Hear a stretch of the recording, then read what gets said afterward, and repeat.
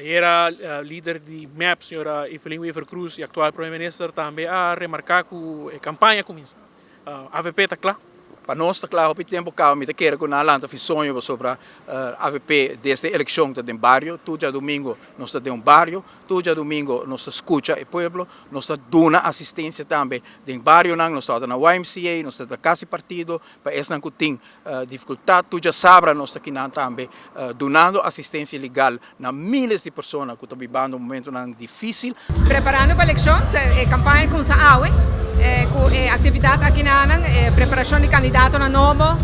candidato na cuidado rivalista, preparação também e tudo o que pode fazer na preparação de uma eleição, tem aí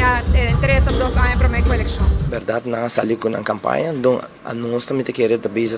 trabalhando aqui dentro do parlamento ainda e nós vai, suponho nós também vai começar com nós mesmos campanha para chegar cerca do público, cerca do povo de Aruba comunidade e para assim aqui para nós por educando e visando que toda a pessoa aqui dentro do parlamento que tudo nós está trabalhando riba de maneira